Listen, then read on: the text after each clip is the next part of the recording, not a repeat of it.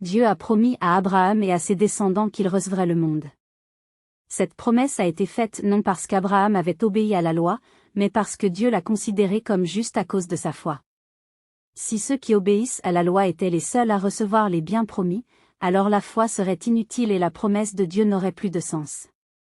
En effet, la loi provoque la colère de Dieu, mais là où il n'y a pas de loi, il n'y a pas non plus de désobéissance à la loi. Ainsi, la promesse a été faite à cause de la foi, afin que ce soit un don gratuit de Dieu et qu'elle soit valable pour tous les descendants d'Abraham, non pas seulement pour ceux qui obéissent à la loi mais aussi pour ceux qui croient comme Abraham a cru. Abraham est notre Père à tous, comme le déclare l'Écriture, « J'ai fait de toi l'ancêtre d'une foule de nations ».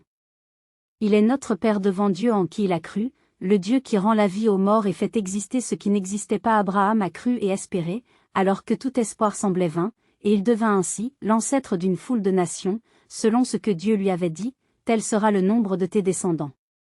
Il avait environ 100 ans, mais sa foi ne faiblit pas quand il pensa à son corps presque mourant et à Sarah, sa femme, qui était stérile.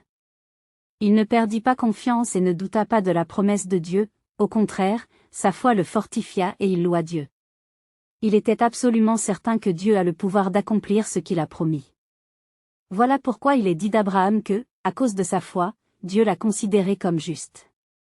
Mais ces mots, Dieu l'a considéré comme juste, n'ont pas été écrits pour lui seul. Ils ont été écrits aussi pour nous qui devons être considérés comme justes, nous qui croyons en Dieu qui a ramené d'entre les morts Jésus notre Seigneur.